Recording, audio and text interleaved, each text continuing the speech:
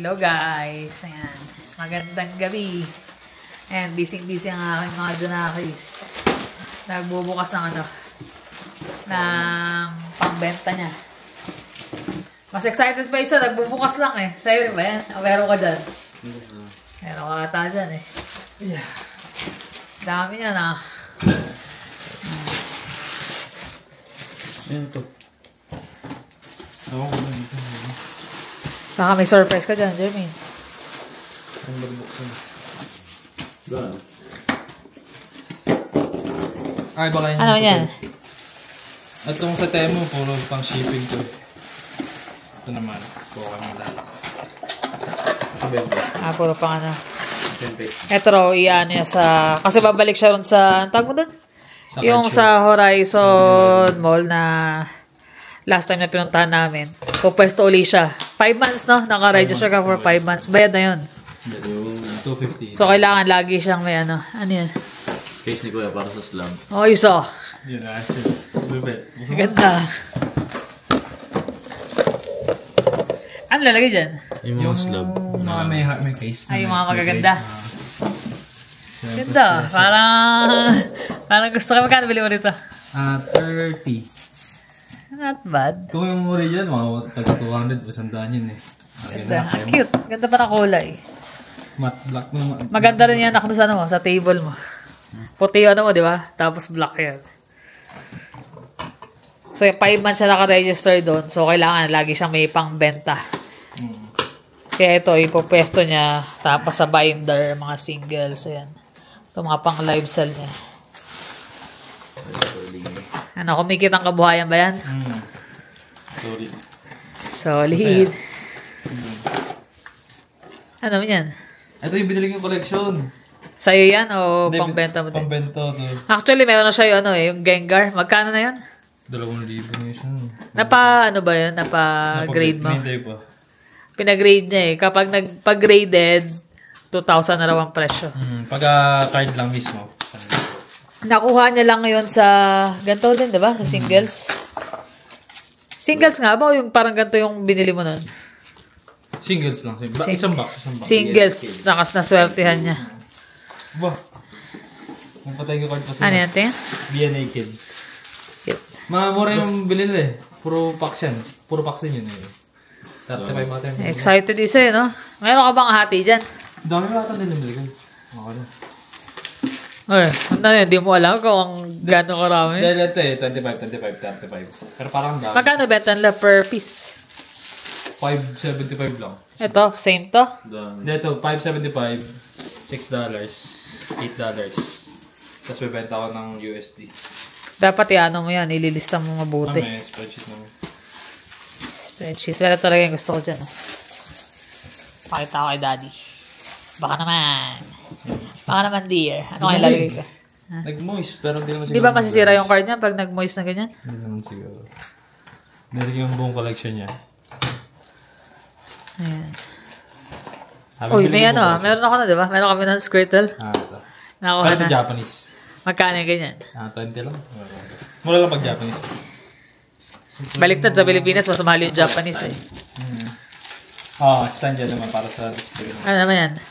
Ayun, no? Kasi last time yung kanya walang ka-display, ka-arte-arte yung table niya eh. Ngayon at least meron na siya. Hindi naman niya expected na makakabenta siya ng ganong karami din eh. Solid eh. So, ayan.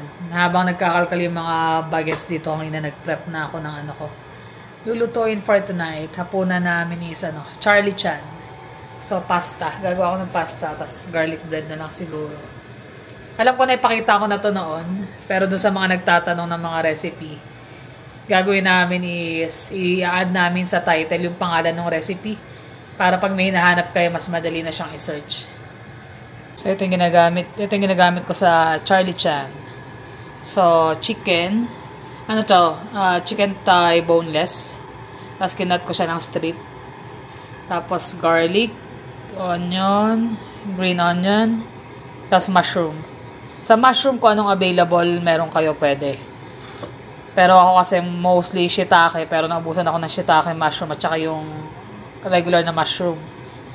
So, meron akong king oyster. Yun ang ginamit ko para dito. Tapos, dahil wala rin akong nuts, peanut, meron akong cashew. Ito ilalagay ko. Mostly, nagsasubstitute talaga ako ng mga ingredients as long as halos parehas siya.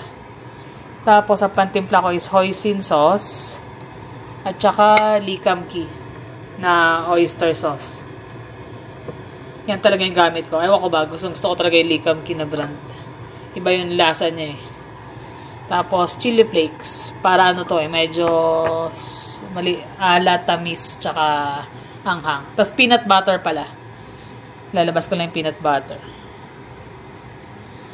Tapos, nagano na ako ng spaghetti. Usually, ginagamit ko is spaghettini. Pero, naubusan na pala ako. So, spaghetti na lang yung niluto ko. So, yan. Gisa lang ng garlic. Lagyan ko na ito ng olive oil. Tapos, add nyo na yung onion. Mabilis kasi masunog yung garlic. Yung iba talaga yung una onion. Which is tama naman. Pero ako kasi mas gusto ko yung medyo roasted yung pagka-garlic.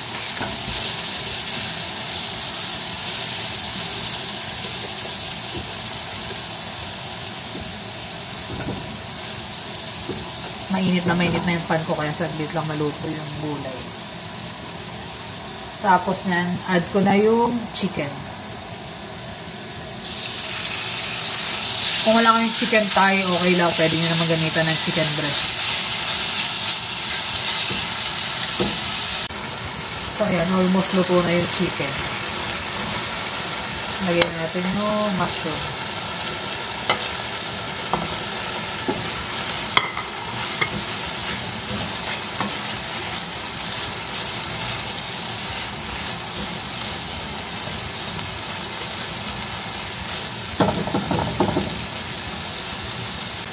Tapos, lagay nyo na yung green onion. At saka yung cashew.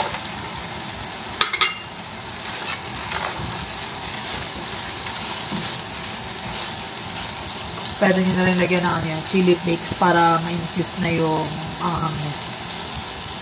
Depende na sa inyo kung gaano nyo kaanghang gusto.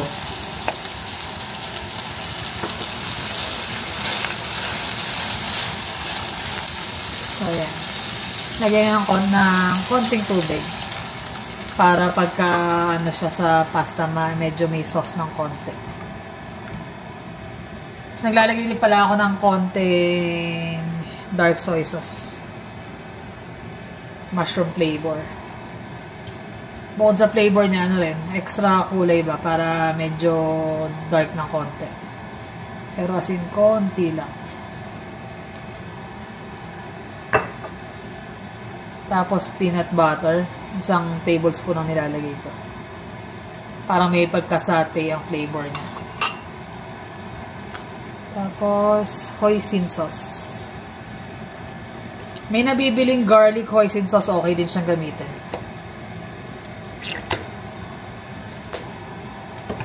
Yan. Tsaka pag nagluto ko guys, tansyahan. So, depende na sa panlasa nyo, sa alat, sa tamis. Kung gusto nyo medyo mas manamis-namis, dagdagan nyo yung hoisin sauce.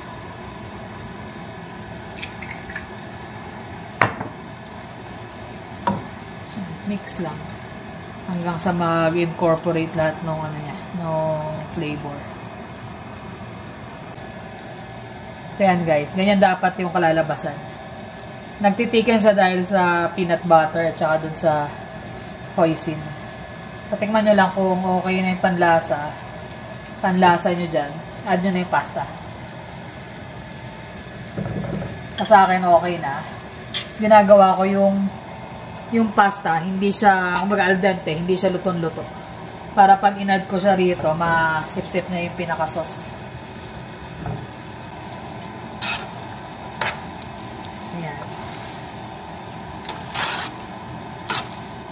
Yan, pag nagluto ako sa bahay dito, halos pangsaktuhan na sa akin. May matiraman konti lang for the next day.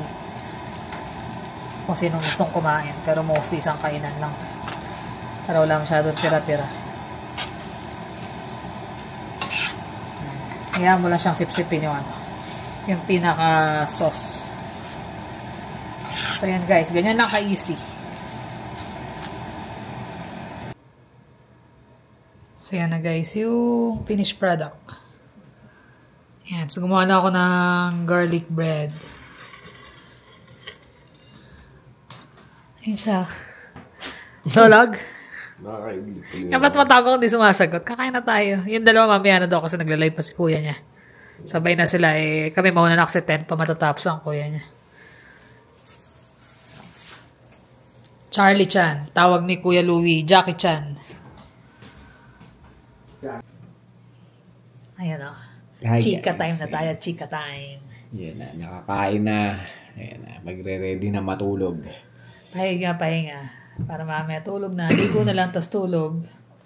Pag umakit kami sa taas, yun. Yung sabihin, ready na kami matulog.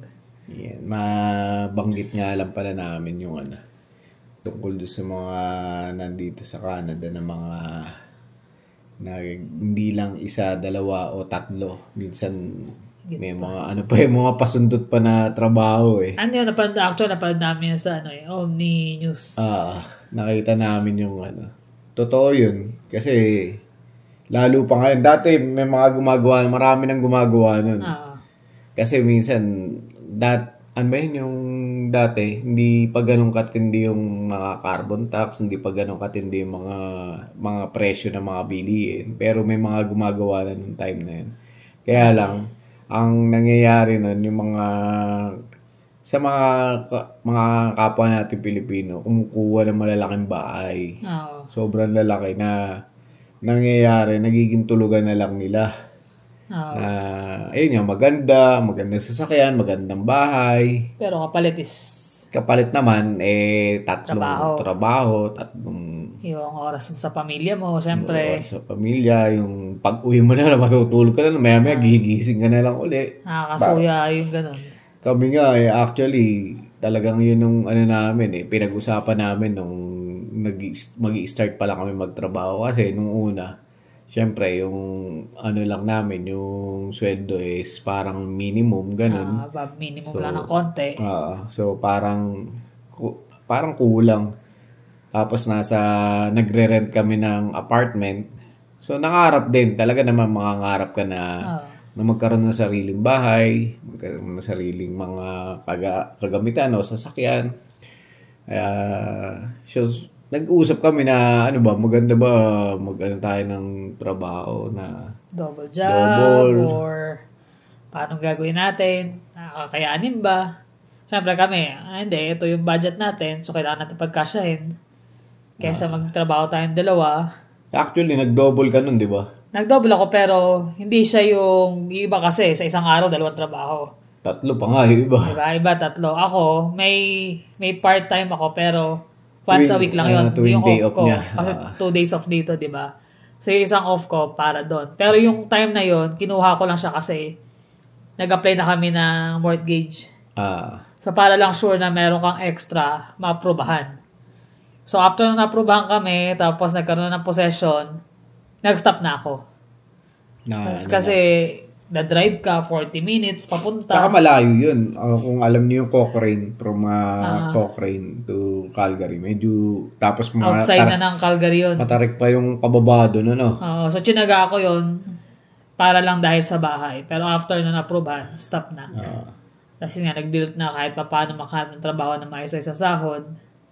Mahirap Pero yung ngayon kasi, kumpara noon, ngayon kaya maraming nag-double job, triple job dahil sa sobrang mahal na ng bilihin. Kumbaga hindi na para sa yung iisipin mo paano ka makasurvive. Hindi kasi ang nangyari dyan, di ba nga nung pandemic, halos walang sales, so binaba nila yung, actually itong bahay na to, ng pandemic, di ba? Before mag-pandemic. Medyo bumababa na nun bumabagsak na So yung mga kumuha ng mga bahay nung time na yun, syempre, medyo panalo pa. Mas mura-mura. Yung ngayon nga, medyo mabibigat na yung mga presyo na nakakuha na rin. So parang ang dami nga, actually, may mga binibenta. Tayo, maapektuhan din tayo once na tayo ng ng mortgage kasi tataas yung interest unlike nung nag-start tayo na kumuha. Mura. Ang punto namin dun, kumbaga, para sa amin yung yung kapalit kasi may lahat naman kasi ng ginagawa natin, may counter reaction Kumbaga may reaction yung bawat kilos natin, bawat decision natin. So, ayun nga, yung kagaya nun sa napanood namin, triple job siya, pasok siya ng 6 o'clock, uwi siya ng 2. Tapos pasok siya ng 2:40 sa kabilang trabaho. Hanggang alas 7 ba? Tapos meron siya isa pang cash job na hindi namin mention kasi nga cash job kasi hindi naman pwede. So, uwi mo na, anong oras na? Parang late na. So, yung oras mo para sa pamilya mo, lalo na kung may mga anak ka na maliliit, di ba? Parang nawawala ka na doon sa eksena, doon sa pagiging... Sobrang importante ng quality time. Pagiging magulang mo, parang hindi mo na sila magabayan, hindi mo na sila mabigyan ng kahit na oras na yung presence na nandoon ka. Lalo pat kung mga teenager yan, parang mas kailangan ka ng mga ganun kasi nga kasi doon na yung tipong nagkakaroon sila mga iba't ibang barkada. Mga decision making nila, ganyan. So kung nandun ka kailangan, i-guide mo sila para magkaroon ng, kumbaga makapag-decide sila ng maayos. Bukod pa doon, yung sa lahat ng problema, baliwala ang araw kapag nagkasakit ka na. Doon na malalaman, doon na mapopokus yung mga... Lahat daw ng problema kasolusyonan, pero pag sakit na mahirap. Dumapo. Kahit gaano karami pera mo, baliwala Kaya nga kami nagdesisyon na mag-isang trabaho lang, pero yung kayang makakabayad ng mga bills. Pero syempre kung may punto na hinihingi ng pagkakataon, may mga ganun kasi na hindi maiwasan, di ba? Na magkaroon ka ng double, triple jobs kasi nga sabihin mo na nag-iisa ka sa buhay, may mga anak ka, single parent ka, wala ka talaga magagawa kasi ang isip mo lang is makasurvive at makapagtapos yung mga anak mo. Iba-iba tayong sitwasyon kumbaga. Kaya lang, yun nga, hanggat maaari, maiwasan kasi nga nagiging sanhi ng mga iba-ibang problema rin. I-prioritize natin yung kalusugan. Kalusugan natin.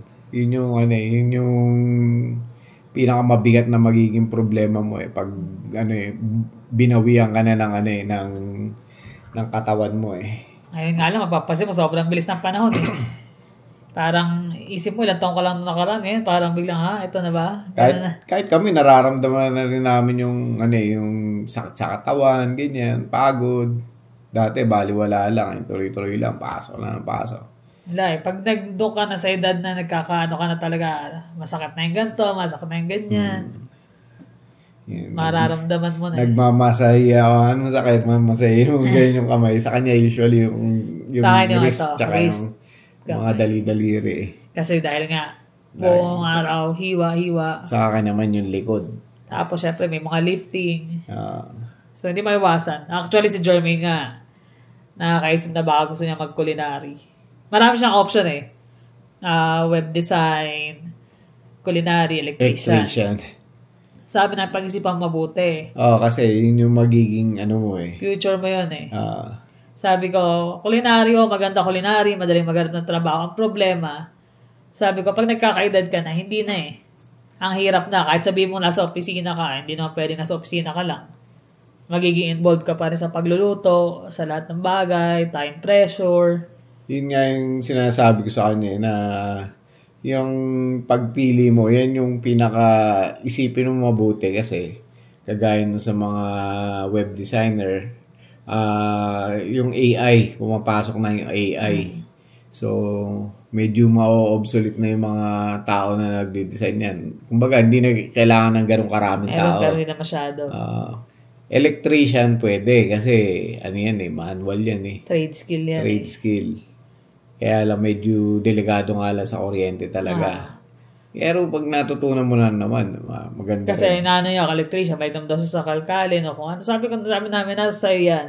Pero hindi ka namin nirarush kasi yung decision mo na yan yung magiging mo para sa future mo. Future niya. Hindi naman kami yung kami naggagabay lang sa'yo. Sabi ko, ayaw naman namin makatapos ka tapos di mo rin magagamit yung tinapos mo. Kasi sinabi namin na yun yung... Sabi namin, piliin mo, yun talagang gusto mo na sa tingin mo magkakaroon ka ng magandang future. Kasi sa'yo yan, hindi naman para sa amin. Para later on, pagdating ng time, hindi mo kailangan ng... Gaya nga yan, magdadalawa-tatlong trabaho ka kasi yung sahod mo hindi enough. Kaya sabi namin, dyan nagsisimula yan. Kailangan sa una pa lang, ayusin mo na pag-desisyon mo ng maayos. Kahit pa paano, medyo ginagabayan namin siya sa mga ganun. Nahihirapan siya mag-decide eh. Si Jonas kasi nung time na yun talagang, ito gusto ko. Yun na talaga simula high school pa lang yun Tsaka, kumbaga sabi namin, magaling mo sa computer, ganito ba yan mo, ganyan. So si Jonas parang naging, sige, ito gusto ko. Yun na. Ngayon, sobrang daming option. Hindi niya na malaman kung ano ba talaga ang gusto niya. Sabi na, pag-isipan mo na gusto. Kasi sa'yo yan. Sa'yo nakasalala yan. Hindi kami ang mag-aaral. Tsaka hindi rin, kumbaga ang pag-aaral kasi, kailangan nasa sa puso mo rin Kung hindi rin, wala mangyayari. Tsaka baka mangyayari lang, mag-start ka lang tapos hindi mo matapos. Sayang.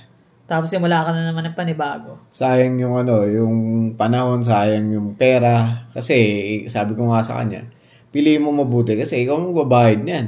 Kasi kung mag-student loan siya. Student loan yan Make sure niya na makuha niya talaga yung matapos niya. Kaya, dapat talaga, makapag-decide siya. Maraming mga ganun mga kabataan ngayon na talagang hindi nila alam kung ano ba maganda, ganito. Kaya kami naman, lang kami, sinusuportahan lang namin siya. Tsaka pinangangaralan, syempre, importante yun. Para maging clear sa isip niya, ganito gusto ko, ganito pala. Kasi kahit hindi siya sumasang-ayon din, yung nare-realize niya pag wala na kami, ganyan, wala. Kumbaga, pag hindi na kami kaharap, ganyan. Yun Minsan kasi may mga gusto rin siya, di ba? Sabi namin, ganito, ganyan. Parang medyo tutol siya. Pero at the end of the day, gagawin pa rin niya yung binanggit namin sa kanya. Kasi naisip niya, tama naman pala. Yeah. Nagkakaroon na siya ng decision making Nasa na kasi siya, kumbaga, hindi na minor mga kabataan, puro pala decision yan mga yan Lalo sa panahon ngayon, di ba? Kaya ngayon, malaking bagay yung na habang lumalaki yung mga bata, may isang magulang or may isang mag-guide na May mga magulang, mas maganda. May mga magulang, may kapatid na mag-guide sa kanila. Nag-guide, nagsasabi na ganito. Kasi kami naging OFW pareho, pero minake sure namin na yung isa sa amin may iwan. Hindi pwedeng sabay kasi mas mahirap para sa mga bata. Mahirap yung kaya wag niyong ipagpalit yung panahon na kasama niyo yung mga anak niyo lalo pat maliliit. Kasi hindi habang panahon na bata sila or kasama mo. Magugulat ka na lang later on, may asawa na, mag-isa na lang ako sa bahay. Ikaw na lang mag-isa. Trabaho ka pa rin ng trabaho. Para saan tong ganito karaming, yung na-provide mo. Sabihin mo na, marami kang naipundar, marami kang at the end of the day, hindi mo rin mapapakinabangan basta lahat yun Maano mo rin na ano ba nangyari? Napuntahan ko ba to? Nakapamasyal ba ako dito na-enjoy nabigay ko ba sa mga anak ko yung dapat na pangaral o parang tradisyon na para sa pamilya? Kasi yung pagiging pamilya, galing din yan sa mga magulang namin. Yung magulang namin, galing din sa mga magulang nila, di ba? Parang gano'n. Pasa-pasa lang. Paano kung wala kang oras para maibigay yung konting panahon para mabigyan sila ng mga guidance. Wala na. Iba na. Yun, social media na tsaka mga barkada sabihin nyo kahit gaano kayo kabisi sa trabaho o sa buhay. Make sure na may time kayo kasama sila. Yun yung importante. Yung mga simpleng pangaral na ganyan, kahit sabihin mo, yun na lang yung oras nyo. Malaking bagay sa kanila. Kasi ano lang tayo dito dumadaan lang naman tayo dito pare-pareho Kumbaga, hindi natin alam pare-pareho orasan. Kaya dapat mo na talaga, ibigay mo na kung ano man yung knowledge o yung wisdom na mayroon ka para naman magamit nila pagtanda rin nila at maipasa sa mas maging generation. Kumbaga, mas maging mabuti sila. Kasi ganoon yun Yung pagkukulang ng mga naging magulang natin, minsan gusto mong ayusin na ito may bigay mo na mas maganda, sa pasa-pasa na lang ba? Yun. Yan lang naman guys. Kami chika-chika lang for Kasi today. muna na naman kayo dyan. Ano yan? Sa amin lang yun ha. Hindi namin sinasabi na lahat ng mga nasa Canada ganun. Kasi may mga nasa Canada na talaga. Saka hindi lang dito sa Canada, kahit saan. kahit Maraming saan, pero syempre, sabi nga namin, depende sa sitwasyon. Gaya niya, kung nag-iisa kang magulang, ilan ang anak mo, wala ka ng time talaga dahil kailangan mo silang buhayin. Yun. Pero kahit sabi mo gano'n ka busy, magbigay ka ng konting oras para sa mga anak, sa pamilya. So, ayan na naman guys. Maraming salamat sa inyong panonood at laging pakikinig sa aming mga kwentong buhay. Guys, ingat kayo lagi. See you in the next vlog. Bye.